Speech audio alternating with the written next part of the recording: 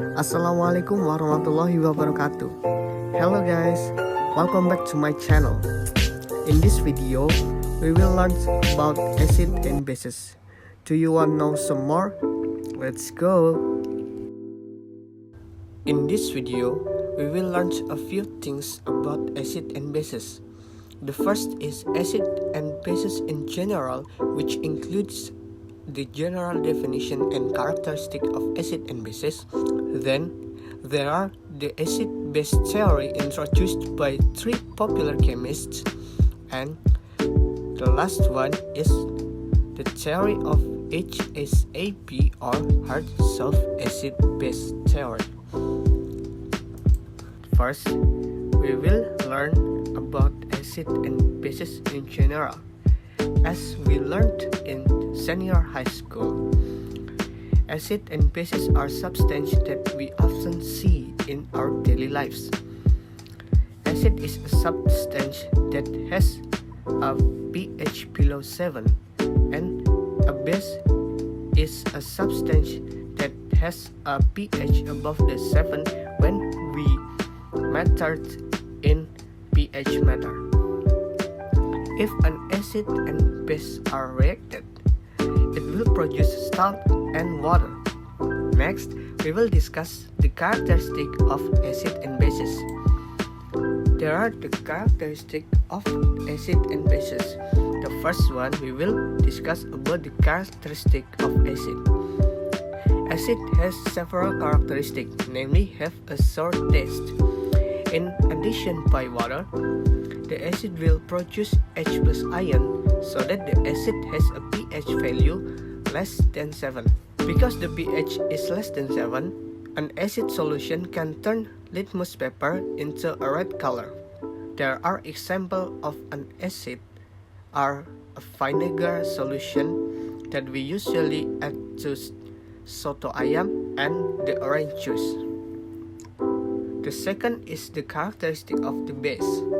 Bases have a bitter taste. Moreover, some are slippery when in contact with the skin or hands. The opposite of acids, bases will produce hydroxide ions when ionized. Due to the low amount of H plus it has, the pH value of the base becomes more than 7. Bases are also able to change the color of litmus paper into blue. Examples of the bases are urea fertilizer and soap, such as a bath soap and detergent. Next, we will learn about the popular theory of acid and bases, namely the theory of Arrhenius, Bronsted-Lowry, and Lewis, and we will learn one by one. Okay, the first one is Arrhenius theory. Arrhenius theory introduced in 1883. He argued that an acid is a substance that produces H plus in water in the form of H3O ions. For example, we got an hydrochloric acid dissolved into the water. Hydrochloric acid will ionize into H3O plus ions and chlorine ions. The second example is acetic acid when dissolved in the water. It will dissolve or ionize into H3O ions and acetate ions. Because they both are produce H plus ions, they are included into acid based on Arrhenius theory. The second is a bases. Bases are substances that produce hydroxide ions in water.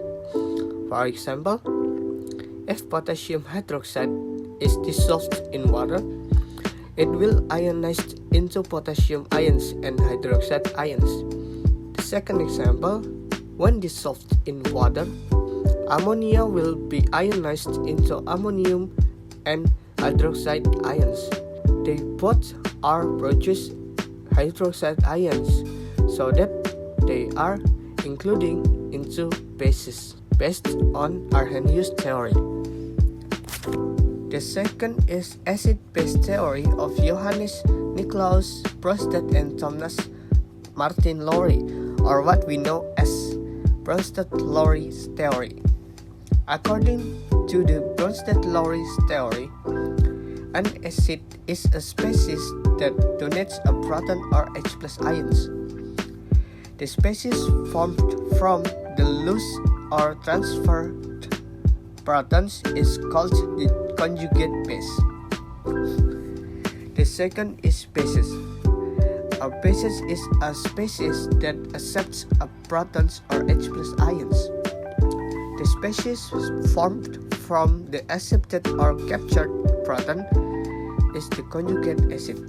For example, we take ammonia again and the water which react to produce ammonium and hydroxide ions. How do we determine the acid-base pairs and their conjugates? First, we have to look at the transfer protons or H plus that occurs. In the reactions, we can see that ammonia turns into ammonium and water turns into hydroxide ions. Ammonia is turned into ammonium by capturing one H plus, so that the charge of ammonium is greater than ammonia. Instead, water loses one H plus and turns into hydroxide ion, which has a smaller charge than before.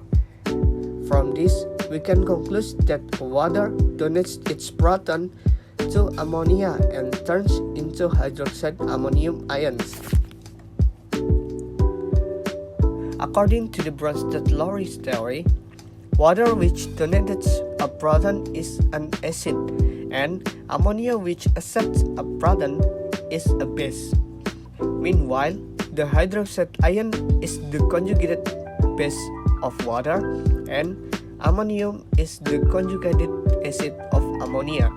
Okay, the last theory is Lewis' theory. The theory from Gilbert Lewis is so popular in the chemists. According to the theory, an acid is a substance that accepts a lone pair of electrons, and a base is a substance that donates a lone pair of electrons. To determine an acid or base according to this theory, we must determine the Lewis structure of an atom or compound first. For example, we have an ammonia and H plus ions. First, we must determine the Lewis structure of the ammonia compound and the H plus ion by looking at the valence electrons of each atom. Because the nitrogen atom has 5 valence electrons, the nitrogen bonds to 3 hydrogen atoms will have a lone pair of electrons as shown in the picture. Then, because H plus ion doesn't have a lone pair electron, ammonia tends to donate its electron pair to H plus ions to form a coordinating covalent bond and form ammonium with a charge of +1. Because ammonia donating lone pair of electrons, ammonia belongs to the base group and H plus belongs to the acid group based on Lewis' theory. The last thing that we will learn in this video is HSAB theory. HSAB theory was introduced. HSAB theory or hard soft acid-base theory was introduced by R.G. Pearson in 1980. The HSAB theory is a theory that explains the hardness of an acid base. This theory also explains the stability of compounds and the mechanism of reaction that occurs in acids and bases.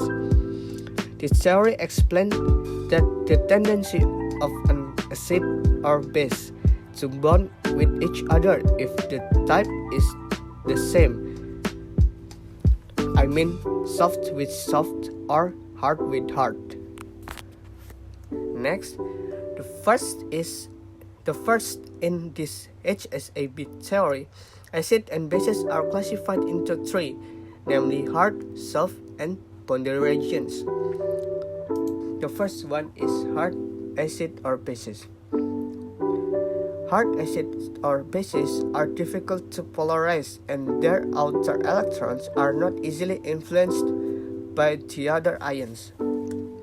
This is due to the small atomic radius, which makes the bonding force between the nucleus and the outer electron very strong. Moreover, hard acid and bases also have a large charge and large electronegativity. On the other hand, soft acid and bases, which tend to be more easily polarized and affected by other ions. Soft acid and bases also tend to have small charge and low electronegativities.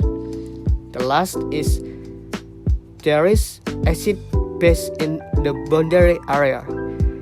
These acids and bases do not have a big difference to hard or soft acid and bases. And next, there are the classification of hard, soft, and boundary area acid and bases. As an example of applying the theory that was presented earlier, predict the products produced in the following reaction. The first are fluorine ions and cobalt-3 ions. Before we predict the product, we must determine whether the ion belongs to group of soft or hard acid and bases first. The fluorine ion is a hard basis, and the cobalt ion is a hard acid. Based on the theory above,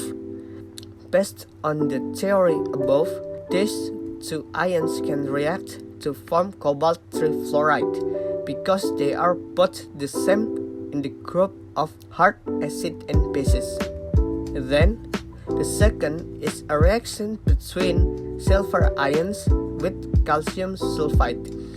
As has been done before, first determine the hardness or softness of the reacting substance. After that, we can see that the silver ions is a soft acid and the sulfide is a soft base. Silver ions and calcium sulfide then react to form silver sulfide and calcium ions according to HSAB theory above. So, how about the acid base that has been learned before? Easy, isn't it? Thank you for watching this video. Don't forget to like, comment, and subscribe. See you in the next video. Bye!